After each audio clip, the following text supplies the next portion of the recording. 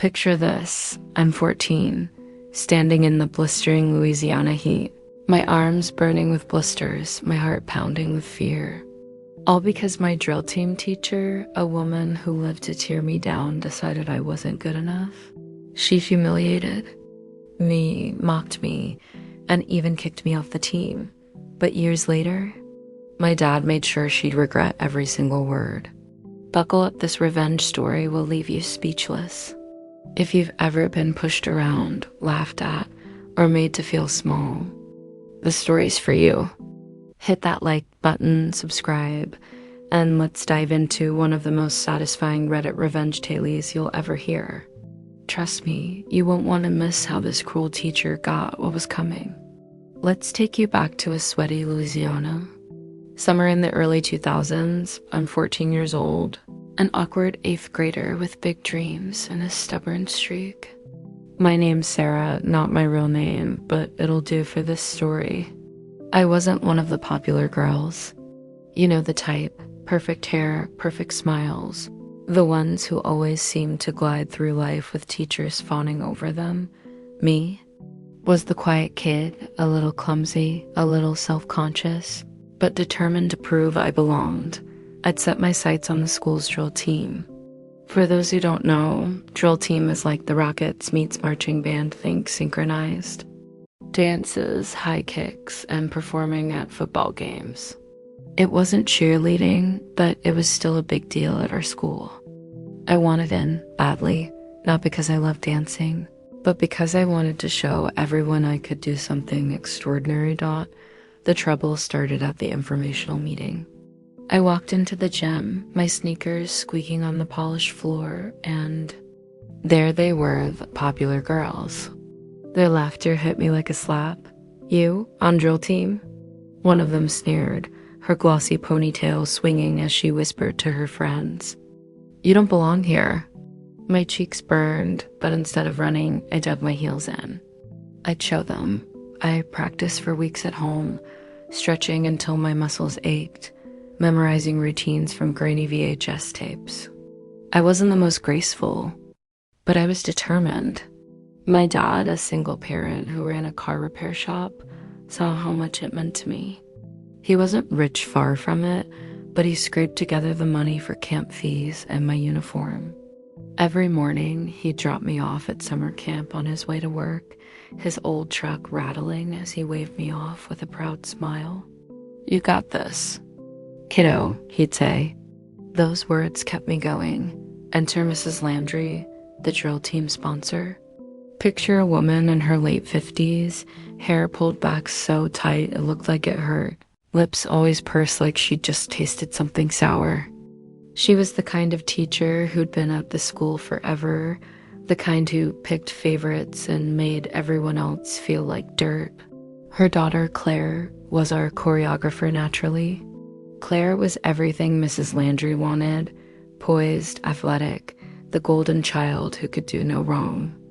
To Mrs. Landry, the rest of us were just background dancers for her daughter's spotlight. Mrs. Landry's bullying was relentless.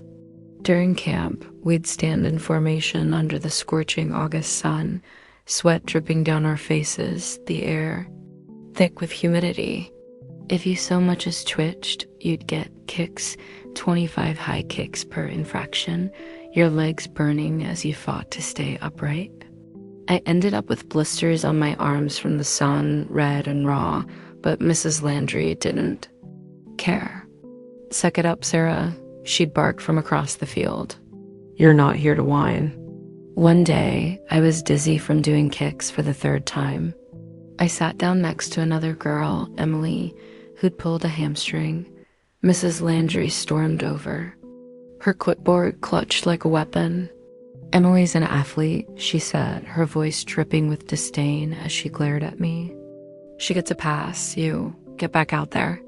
My stomach twisted. Emily was on the basketball team, so she was worthy. I was just me, It didn't stop there. She'd yell across the gym, Sarah, suck in that stomach. You're embarrassing. Yourself. Once, during lunch, I laughed at a friend's joke and coughed on my sandwich. Mrs. Landry, sitting nearby, snapped, "That's rude. Control yourself." The other girls snickered, egged on by her example. I felt like I was shrinking, my confidence crumbling with every jab. At night, I'd climb into my dad's truck and cry the second the door closed. He'd pat my shoulder, his calloused hands gentle, and say, "You're tougher than they think, Sarah." But I didn't feel tough. The worst came on the night of our first football game performance. I was nervous but proud I'd nailed the routine. My uniform was crisp, my high kicks sharp. The stadium lights buzzed overhead, the crowd roaring. As we took the field, for a moment, I felt like I belonged, but after the performance, things fell apart. My dad was running late. He couldn't just leave his shop unattended. I waited with a few other girls and Mrs. Landry outside the gym, the air thick with mosquito buzz and the smell of cut grass. One girl, caught smoking in the bathroom with some high schoolers, got a slap on the wrist. Sit out the next game. Me? I was just waiting for my ride. Mrs. Landry checked her watch, her lips thinning. "Sarah, you've been here 30 minutes. You know what this means. You're off the team." My heart stopped. "But my dad's coming," I stammered, my voice shaking. She didn't even look at me. Rules are rules. I stood there, frozen, as she walked away. When my dad's truck finally pulled up, I climbed in and burst into sobs, the words spilling out. "She kicked me off, Dad. She hates me." His face darkened, his hands tightening on the steering wheel. "Just a minute, kiddo," he said, his voice low and dangerous. He got out, marched over to Mrs. Landry, and let her have it. I couldn't hear everything, but I caught fragments. "You've been cruel to my daughter, unprofessional, ashamed of yourself." Mrs. Landry's face turned red, but she didn't back down, spitting back something about standards. My dad didn't care. He'd had enough. That night, as we drove home, my dad was quiet. I thought he was mad at me, but then he spoke. "Sarah, you're worth more than her words. Don't let anyone make you feel small." His voice was steady, but I could see the fire in his eyes. I didn't know it then, but he wasn't done with Mrs. Landry. Not by a long shot. Fast forward a few years. I'd moved on from drill team, focusing on school and leaving those painful memories behind. My dad, though, he never forgot. His auto repair shop was doing well, not fancy, but respected. He'd built a reputation for honesty, especially with the local insurance adjusters who sent him work. One day, a familiar face walked into his shop, Mrs. Landry. She didn't recognize him. Why would she? To her, he was just a greasy mechanic, someone beneath her notice. But my dad knew exactly who she was. Her car had been in an accident, front-end damage, and she needed an estimate for her insurance. She was just as condescending as ever, her voice sharp as she spoke to him like he was her servant. "Make sure you get this right," she snapped, tapping her foot. Then she got greedy. She pointed to a tiny ding on her back bumper, completely unrelated to the accident. "Add that to the estimate," she said, her tone smug. "And throw in some wear on the tires while you're at it." My dad's jaw tightened, but he kept his cool. "Ma'am, I can only include what's related to the accident," he said calmly. She scoffed, leaning in close. "If you don't, I'll make sure the stump loses its license." Big mistake. See, my dad had installed security cameras after a break-in a few years back. Every word, every gesture was recorded. He wrote up an honest estimate, sent it to the insurance adjuster, a guy he'd worked with for years, and attached the video footage of Mrs. Landry's demands.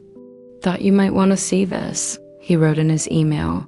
A week later, my dad got a call from the adjuster. Mrs. Landry was in hot water. The video showed her trying to inflate the claim, demanding repairs for damage that wasn't there. That's insurance fraud, a serious charge. The adjuster was livid, and Mrs. Landry's claim was denied. Rumor has it she faced legal consequences, though I don't know the details. What I do know? She never saw it coming. My dad didn't gloat. He didn't mean to. When he told me, he just shrugged and said, "Karma's funny like that."